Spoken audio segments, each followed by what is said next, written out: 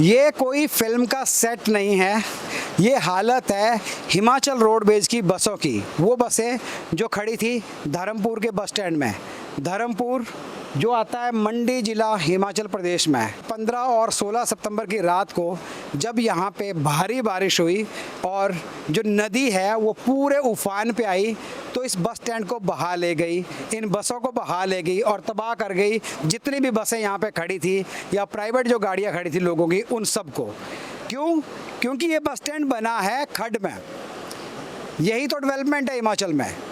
ये जो जगह है, किसी ज़माने में यहाँ नदी हुआ करती थी जिसमें मेला लगा करता था, लेकिन अब यहाँ पे एक बस स्टैंड है। नदी का रास्ता हमने रोक दिया, फिर बना दी बड़ी बड़ी दीवारें, और हमें लगा कि ये दीवारें रोक लेंगी नदी के बहाव को, नदी के पानी को, लेकिन ऐसा नहीं होता और ऐसा ना हो रहा है। हर साल खतरा होता है। एक बार पहले भी पूरा बस स्टैंड बह चुका है, बसें बह चुकी है, और फिर यही हुआ 15 और 16 सितंबर की रात को जब भारी बारिश हुई और ये नदी एक बार फिर अपने उफान पे आई और लेके बहा के साथ में ले गई लोगों को भी, गाड़ियों को भी, बसों को भी, जो भी इसके रास्ते में आया। जहां मनाली में इतने बड़े बड़े 4 लेन हाईवे में लगी हुई दीवारें पानी को नहीं रोक पाई, वो सारे रोड को बहा के ले गई, 4 लेन को बहा के ले गई। वहाँ पे एक छोटी सी आरसीसी की दीवार, सीमेंट की दीवार क्या कर लेगी? उप मुख्यमंत्री अग्निहोत्री जी भी यहाँ आए थे देखने के लिए, दौरा करने के लिए, लेकिन दौरा करने से क्या होगा? हर बार दौरा होता है, हर बार कोशिश होती है एक और दीवार बना दी जाए, लेकिन जब आपने पैर ही कुल्हाड़ी पे मार दिया तो उसके बाद आप कुल्हाड़ी से पैर को कटने से कैसे बचा सकते हो? ये जो मंजर है, इस पे मुझे अपनी पुरानी एक लिखी हुई कुछ लाइन्स याद आ रही है। क्या खूब था मेरी तबाही का मंजर, जरिया भी मैं था और नाजरीन भी। यानी ये जो तबाही का मंज़र है, इसी को मैंने ही, इस तबाही के मंज़र के लिए ये रास्ता खोला और आज मैं ही खुद ही दर्शक बना हूँ। यही हालत हिमाचल सरकार की है। सरकार आज की सरकार नहीं, सरकार वो जिसने उस समय इस बस स्टैंड को बनाया, जिसने इसको पास किया, जिसने इस बस स्टैंड को बनाने का डिसीज़न लिया। अब हर साल भुगत रहे हैं, हर साल नुकसान हो रहा है, और इस बार तो 2 लोगों की जान भी जा चुकी है, जिनमें से एक फार्मासिस्ट थे और एक ट्रैवलर के ड्राइवर थे, उनकी बॉडी रिकवर होनी भी बाकी है। तो ये धर्मपुर के बस स्टैंड की हालत आपको दिखाते हैं, बस के अंदर का नज़ारा। आइए मेरे साथ। ये देखिए, ये है ड्राइवर सीट जहाँ पे कभी ड्राइवर बैठा करते थे, और ये इंजन की हालत देखिए आप, और बस के अंदर पूरा जितना भी मलबा है वो आ चुका है। वो देखिए किस तरह की हालत इस बस की हुई है, और इसके बगल में भी एक और बस खड़ी है, उसकी भी हालत ऐसी ही है। ये बस के अंदर का बाकी नज़ारा, ये दरवाज़ा जहाँ से एंटर होते हैं, और ये देखिए आप, ये जो सीटें हैं, ये जो मिट्टी है पूरी भरी पड़ी है बस के अंदर। ये देखिए हर तरफ से ये बस तो ऐसी है जिसको कि फिर भी रिपेयर किया जा सकता है, लेकिन बाकी बसों की हालत आपको दिखाएंगे तो आप हैरान रह जाएंगे देखकर। सिर्फ बसों का ही नुकसान नहीं हुआ है, यहाँ पे जितनी भी दुकानें हैं उनको भी नुकसान पहुँचा है।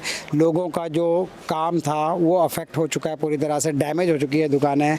तो यहाँ पे आप देख सकते हैं लोग जो है वो अपनी दुकानों से पूरी मिट्टी है, जो भी मिट्टी अंदर चली गई है उसको निकालने का कर रहे हैं कोशिश, और दुकान को साफ़ करने का काम चल रहा हुआ है।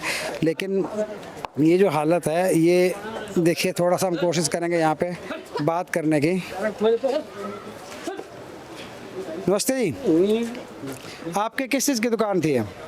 उधर। हाँ जी भाई साहब, आपका नाम? बागमल। आपकी किस चीज़ की दुकान थी? मैन्युफैक्चरर स्वीट्स की।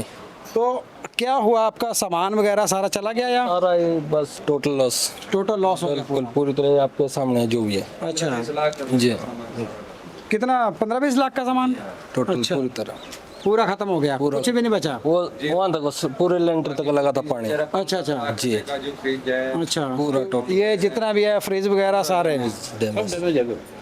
तो अभी उप मुख्यमंत्री भी आए थे यहाँ पे, उन्होंने कुछ कहा? उनसे बात हुई? नहीं हुई, अभी नहीं हुई? अभी कुछ बात नहीं। या प्रशासन की तरफ से कभी तक कोई बात हुई? प्रशासन आया था कि? अच्छा, प्रशासन आया था। तो क्या कुछ कहा उन्होंने इसके बारे में? हाँ आए थे हम, कुछ प्राथमिक राहत दे के गए, 10-10 हज़ार दे के गए सभी को के यहाँ पे।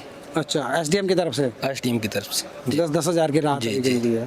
तो बाकी बाद में क्या होगा उसके बारे में कुछ बोला? वो तो कुछ नहीं, वो तो पता लगेगा बाद में ही। अच्छा अच्छा, मतलब जैसे जैसे भी आगे होगा तो वैसे पता चलेगा कि क्या बिल्कुल कुछ दे रहे हैं कि नहीं। अभी तो हाल तक बुरा हाल है। तो ये आप देख सकते हैं कन्फेक्शनरी की दुकान थी, पूरी मिट्टी से भर चुकी है अंदर। इस तरफ से एक बार दिखाना अंदर की तरफ को।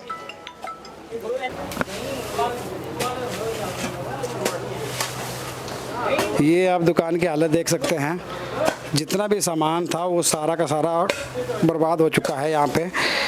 ये देखिए पूरा मिट्टी से भरा हुआ है और ये जितना भी सामान था ये बर्बाद हो चुका है। तकरीबन 15-20 लाख का सामान जो है यहाँ पे वो डैमेज हो चुका है। जितने भी ये फ्रिज थे आप देख सकते हैं ये डैमेज हो चुके हैं। सब्जियाँ थी वो सारी यहाँ पे ख़राब हो चुकी है। ग्रॉसरी का जितना भी सामान है वो सारा ख़त्म हो गया है। ये देखिए इस तरफ ये फ्रिज था, ये मिठाइयों का काउंटर था। ये देखिए जितनी भी मिठाइयाँ बनी हुई थी वो सारी बर्बाद हो चुकी है। तो ये यहाँ के अंदर की हालत है इस समय। और ये देखिए क्या हालत यहाँ पे हुई है, पूरे फ्रूट्स की हर चीज़, कुछ नहीं बचा है।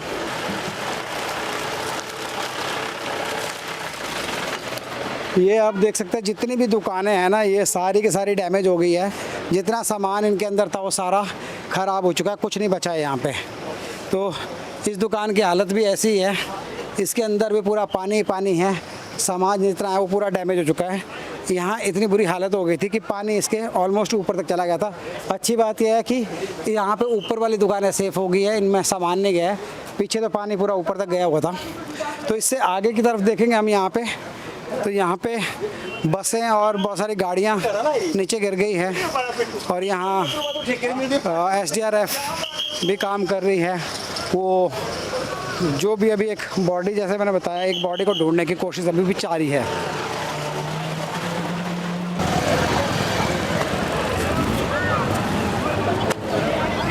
ये यहाँ पे एक ब्रिज था, वो ब्रिज भी बह चुका है पूरा। और कल रात ही ये पूरा बहा है। ये आप यहाँ से आगे का एरिया देख सकते हैं, यहाँ से सामने के लिए एक ब्रिज था, वो ब्रिज बह गया है।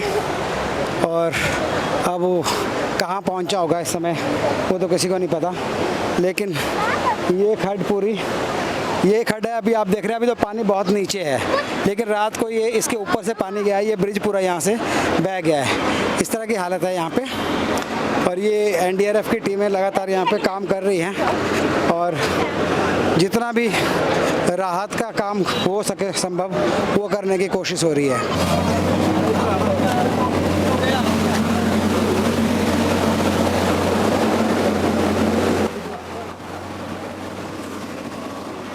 ये आप देख सकते हैं यहाँ पे हालत अभी, ये ट्रैवलर है जो पूरी तरह से, विंगर एक्चुअली, जो पूरी तरह से नष्ट हो गई है, कुछ भी नहीं बचा है यहाँ पे।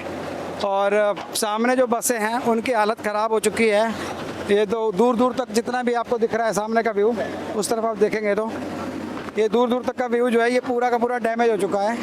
और यहाँ से अभी मशीन से इनको पत्थरों को उठाने की कोशिश हो रही है।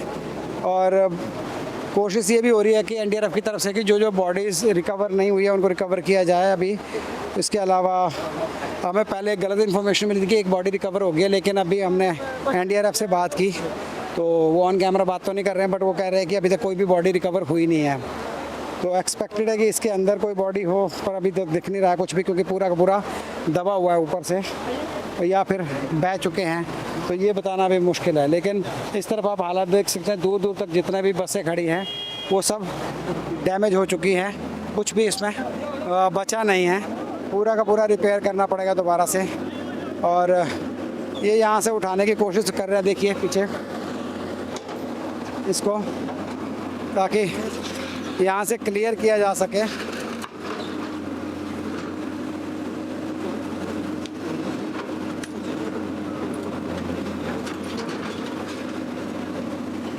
तो भाई की हालत आप देख सकते हैं किस तरह की हालत यहाँ पे है।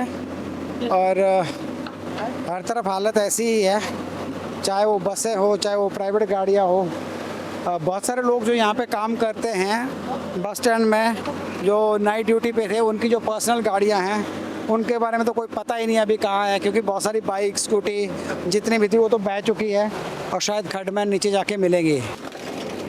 ये गाड़ी को निकालने की कोशिश हो रही है और क्या हालत है इसके अंदर भी देखा जाएगा कि इसके अंदर कहीं कोई बॉडी है तो नहीं, क्योंकि अभी तक पता नहीं चल रहा है कुछ भी।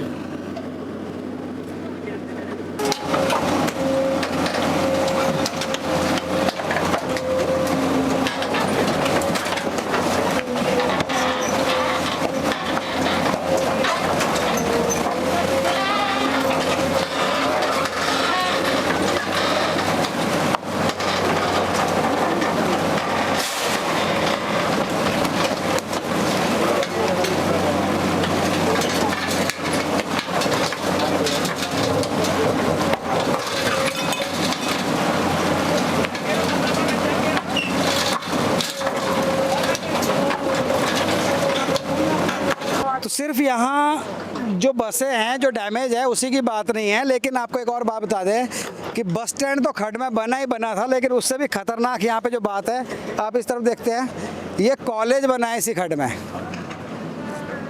ये तो इस तरह से लोगों की सेफ्टी की बात होती है।